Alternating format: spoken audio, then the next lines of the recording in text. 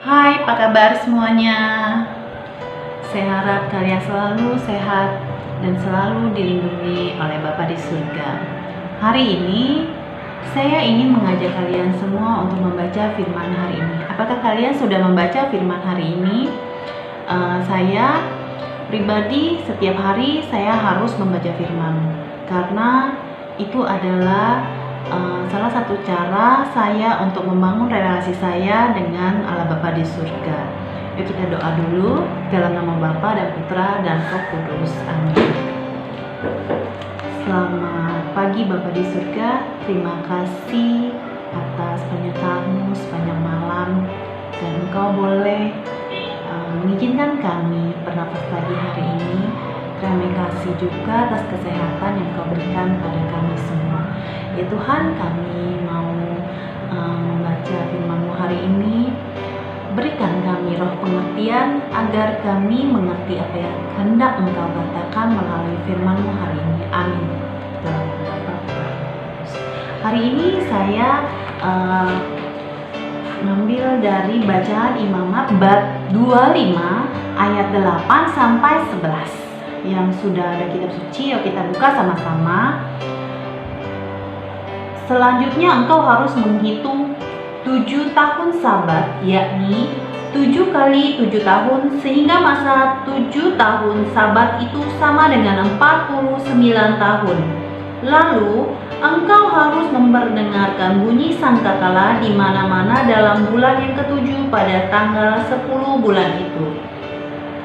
Pada hari raya perdamaian, kamu harus memperdengarkan bunyi sangkakala itu di mana di seluruh negerimu.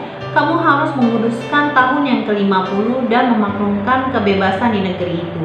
Bagi segenap penduduknya, itu harus menjadi tahun Yobel bagimu.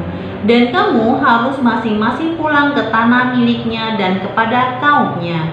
Tahun yang ke-50 itu harus menjadi tahun Yobel bagimu. Jangan kamu menabur, dan apa yang tumbuh sendiri dalam tahun itu jangan kamu tuai. Dan pokok anggur yang tidak dirantingi, jangan kamu petik buahnya.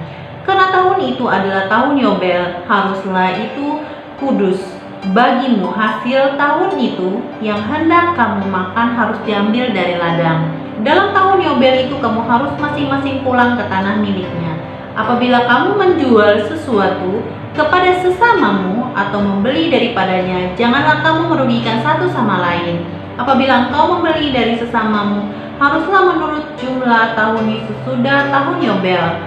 Dan apabila ia menjual kepadamu, haruslah menurut jumlah tahun panen. Makin besar jumlah tahun itu, makin besarlah pembeliannya, dan makin kecil jumlah tahun itu, maka makin kecillah pembeliannya, karena jumlah panennya yang dijualnya kepadamu. Janganlah kamu merugikan satu sama lain, tetapi engkau harus takut akan Allahmu, sebab akulah Tuhan Allahmu. Saya di sini ingin sharing ayat 14.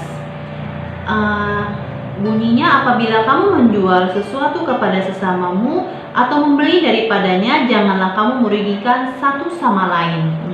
Saya punya pengalaman waktu itu, saya belanja tiap minggu, belanja sayur. Saya kalau belanja kan seminggu sekali. Jadi kalau beli ini saya ambil gitu loh. Ayam misalnya, cumi, kangkung, bayam, tahu, tempe. Nah itu total berapa ditotalin sama penjualnya, saya bayar gitu. Nah saya percaya aja, saya bayar. Memang sih saya sering dengar kalau di tempat yang saya belanja itu dia selalu nyatu timbangan gitu. Tapi saya maksudnya kalau nggak ada bukti, saya tidak mau dengarkan, karena saya pikir itu cuma gosip ya, nggak boleh ya, itu merugikan orang lain gitu. Menurut saya itu merugikan orang lain, karena belum tentu itu tuh benar.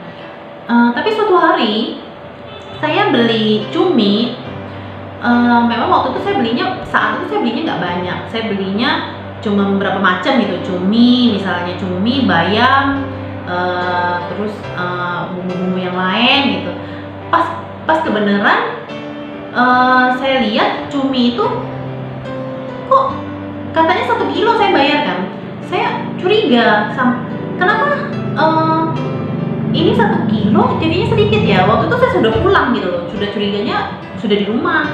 Saya timbang lah di rumah, ternyata cuma 7 on gitu. Saya balik lagi ke sana, saya bilang sama orangnya, kok ini cuma 7 on, tadi kan bilangnya 1 kilo, kok nggak nyampe 1 kilo bilangnya 7 on gitu. Tapi dibalikin sih, memang dibalikin, cuma itu kan ketahuan ya jadinya itu curang. Kalau nggak ketahuan, maksudnya kalau kita nggak protes kan dia diem-diem, berarti itu sudah sering terjadi, berarti apa yang dikatakan orang itu benar gitu. Terus ada lagi saya makan pempek bersama dengan keluarga saya. Jadi kalau makan sisa pempek itu kan nggak dihitung gitu. Misalnya pempek taruh di meja tuh 10, sisanya 5 gitu kan. Yang dihitung yang dimakan aja yang 5. Tapi misalnya yang dimakan 5 gitu. Nanti di nota tuh bisa ditulisin 6 apa 7 gitu. Artinya itu kan curang ya. Itu sudah merugikan orang lain. Padahal dari jualan pempek itu tuh sendiri itu sudah ngambil untung ya.